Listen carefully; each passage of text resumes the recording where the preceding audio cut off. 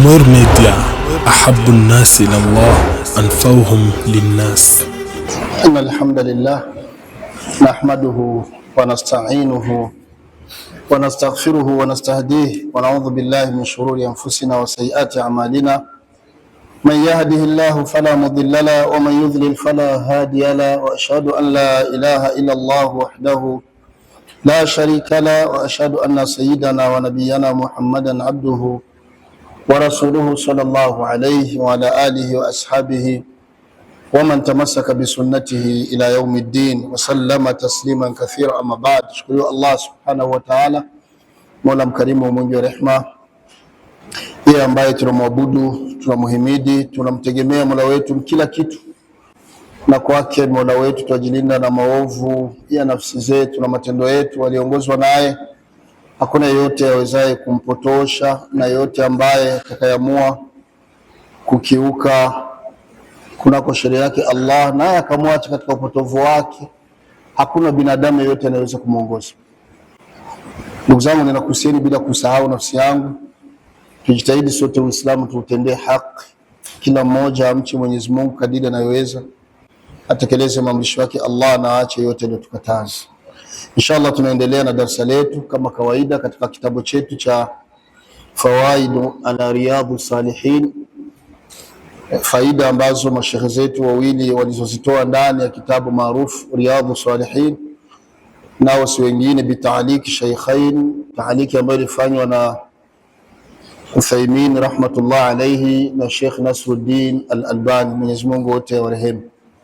Na leo insha Allah tunasoma faida ya 101. Msomi wetu hayupo, na darasa letu la leo kidogo litakuwa fupi ili tupeane nafasi ya maswali ya kutosha. Ndugu zangu Waislamu, faida 101 nasema as-sighatu sahiha lisalam ala al-fardi. Unapokuwa unatoa salamu Uislamu, unakutana na Muislamu mwenzako, assalamu alaykum wa rahmatullah, sahihi kama ni mmoja, utaitoaje? Kauli ziko nyingi mjini na hasa vijiweni. Kuna watu wanatembelea kauli ya kusema kwamba hata akiwa ni mmoja, wewe ukiitoa itoe kwa uslubu wa kusalimia wengi, kwa sababu ingawa ni binadamu mmoja lakini yuko na malaika. Hii kauli ipo pia kwamba hata kama ni mmoja lakini ukitoa salamu useme assalamu alaikum wa rahmatullahi wa barakatuh, yani amani ya Mungu iwe juu lenu na rehema zake na baraka zake. Na kuna kauli mashekhe wengine wanasema hapana, akiwa ni mmoja vizuri na swiha, uslubu mzuri ni kusema assalamu alayka wa rahmatullahi wa barakatuh, kama ni mmoja. Maadama salamu ni katika dini na ni maamkizi ya Kiislamu, tuliofunzwa na dini ya Kiislamu, na mfasiri wa dini ya Kiislamu ni mtume wetu Muhammad sallallahu alaihi wasallam, na dini inakwenda kwa dalili. Ni lazima turudi kule kwenye sunna, tutizame, je, hili anaweza kuwa mtume alilizungumzia, ili tuachane na hizi habari ambazo ziko barabarani. An Abi Jurai Jabir ibn Sulaym radhiyallahu anhu qala ra'aytu rajulan yasdaru an-nasa an ra'yihi la yaqulu shay'an illa sadaru anhu. Qultu man hadha? Qalu Rasulullahi sallallahu alayhi wasallam. Qultu alayka as-salam ya Rasulallah marratayn. Qala la taqul alayka as-salam, alayka as-salam tahiyyata al-mauta, qul as-salam alayka. Al-hadith. Huyu sahaba Abi Jurai Jabir ibn Sulaym ni sahaba huyu, Mwenyezi Mungu amridhie. Qala, anasema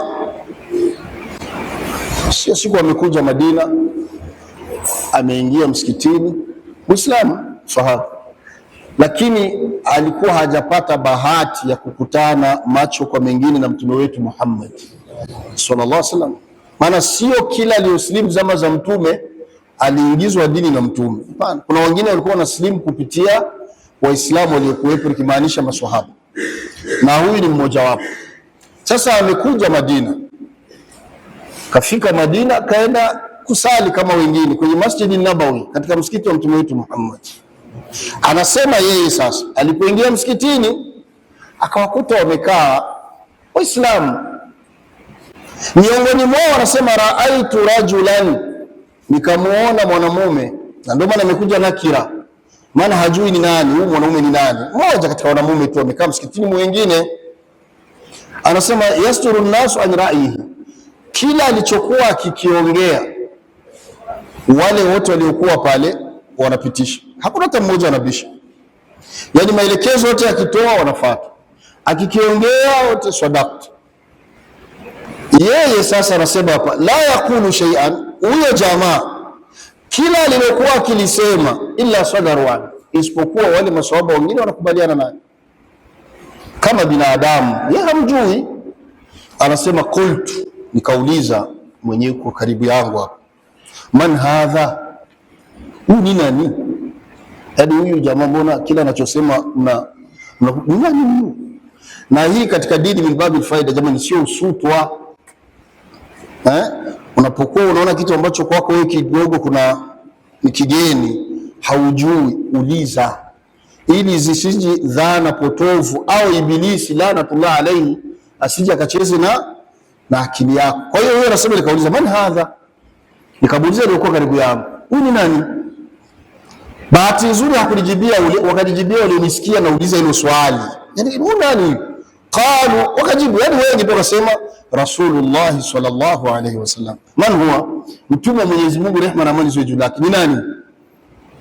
Muhammad sallallahu alayhi wasallam. Hakuna mwingine zama hizo, mtume ni Muhammad. Kwa hiyo jamaa, kumbe mtume huyu. Haraka sana akasema ya Rasulullah, akamuita sasa kwa jina. Fursa ameipata, hapana kupoteza. Ewe mtume wa Mwenyezi Mungu. Tena akamuita mara mbili. Ya Rasulullah, akamuita mara mbili. Mtume akome katikiza ile maneno yake na mtazamo. Qal, ule jamaa akasema, alipomuita mtume akafika anasema alayka salam ya Rasulullah, alayka salam ya Rasulullah, amani wa juu lako mtume wa Mungu, amani wa juu lako mtume wa Mungu. Akasema hili neno mara mbili. Alipolisema qal, mtume wetu Muhammad kama mwalimu, mtume huwezi kufanya kosa akakaa kimya.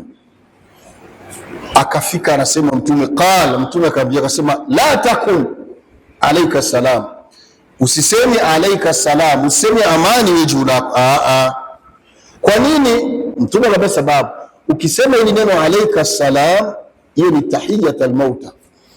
Hayo maneno yanasemwa kwa yule aliyofishwa, yani kwa maiti. Sio tunasemaga amani ya Mungu ya juu lake mtu kisha ondoka, yani mkiswahili kile tunasemaga nini, kaburini Mungu afanyaje? Kuna lugha mnasemaga hapana, vile vile kikafiri vile, sitaki mseme, maana uko na tape. Kuna vile maneno vitatu mnaandikaga vile, panaanza ara alafu kuna vingine huko, sitaki mtamke vile. Lakini mkiswahili kuna lugha mnasemaga,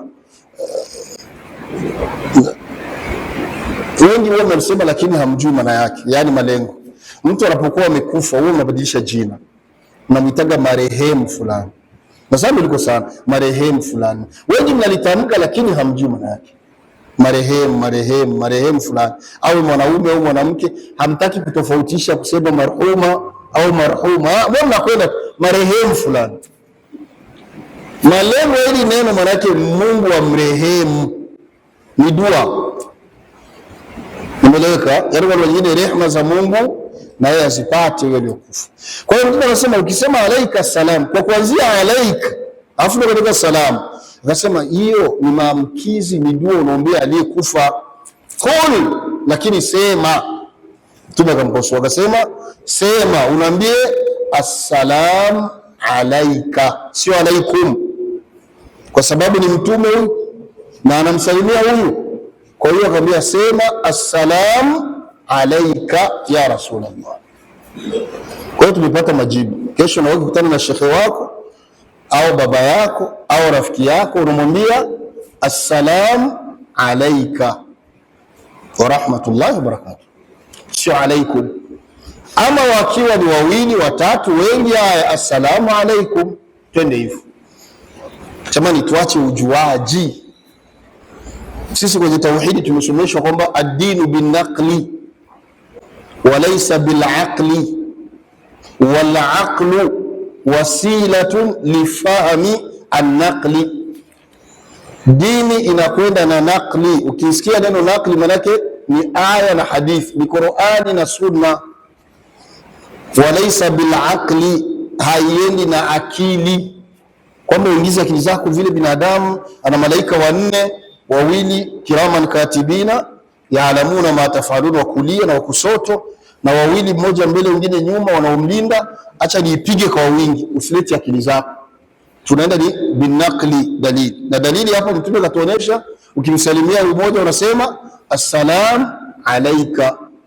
Lakini akili wal aqlu, akili wasila. Allah alitupa akili tuitumie kama njia ya kufanya nini? Lifahami an-naqli, ili tuelewe ile Qur'ani na Sunna. Sasa tungekuwa wewe tusingeelewa.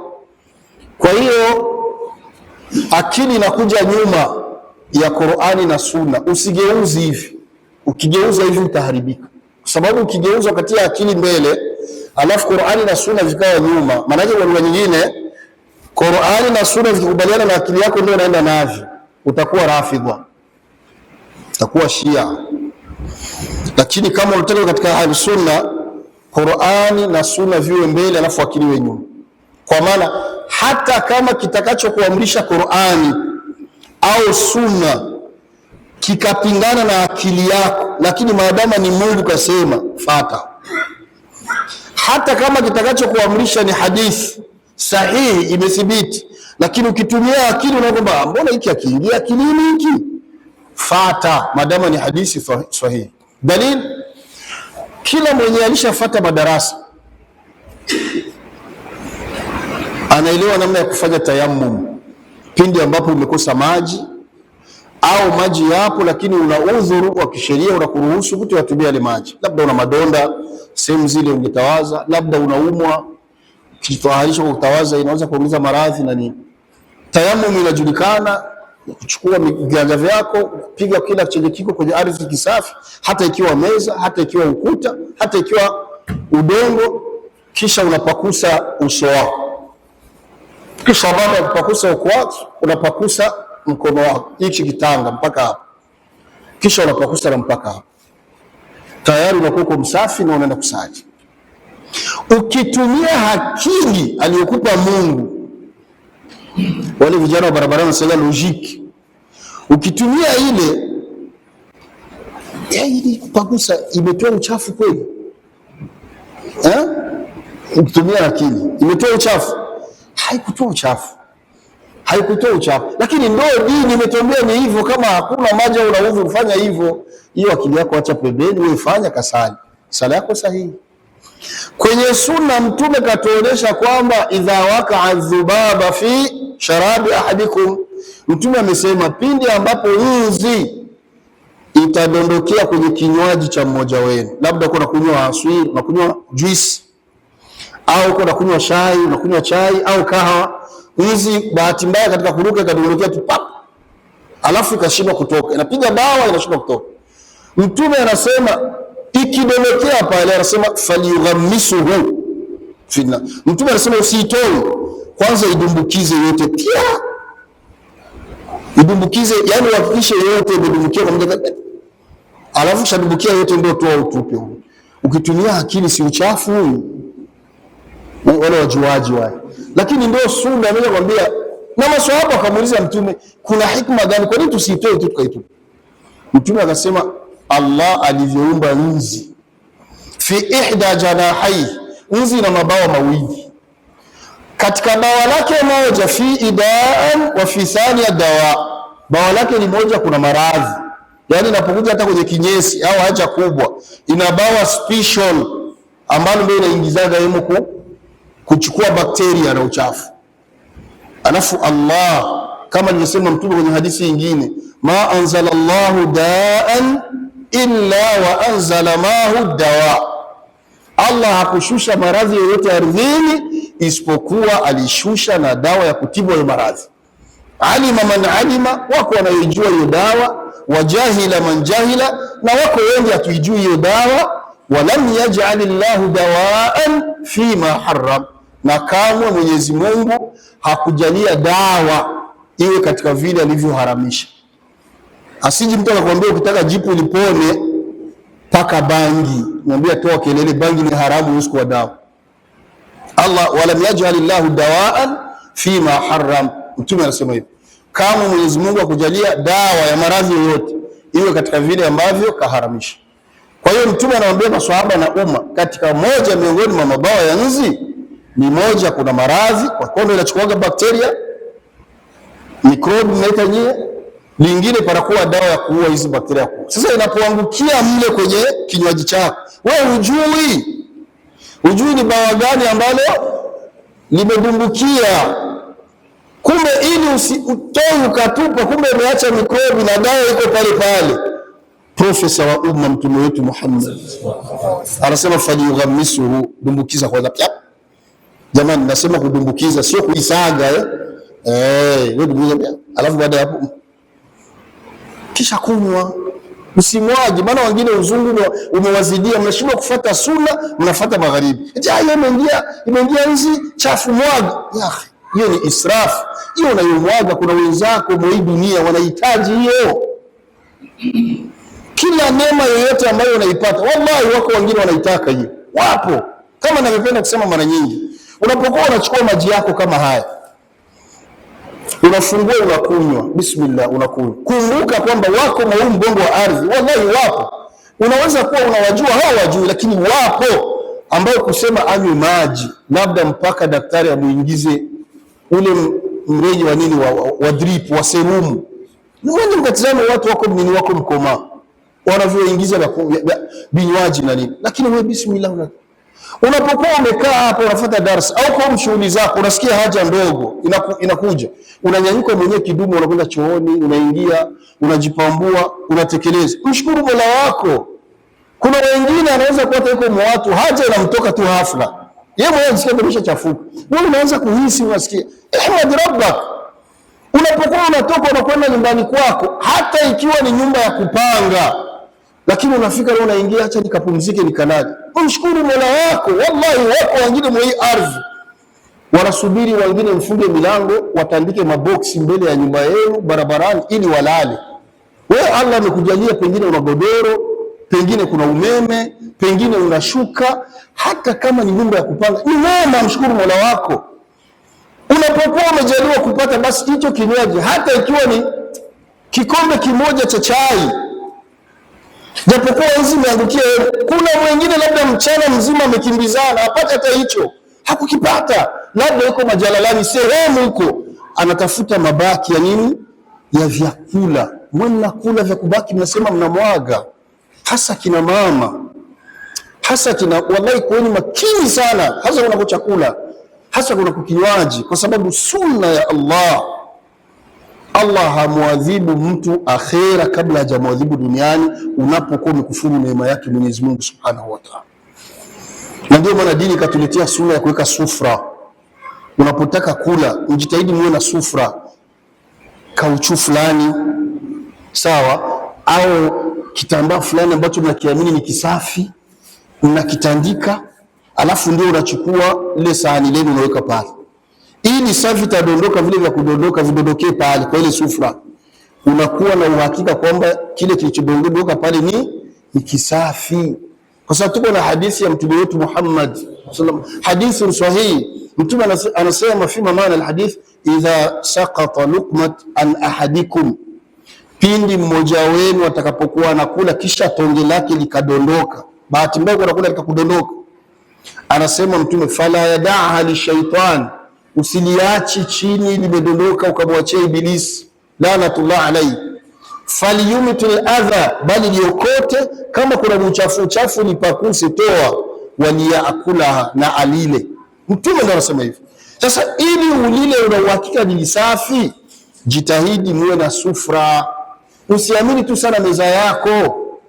Kwa wale mnaliweka kwenye meza, kwa sababu mnapomaliza wafanyakazi wenu au watoto zenu wana tabia kuja kupakusa, na sio kawaida.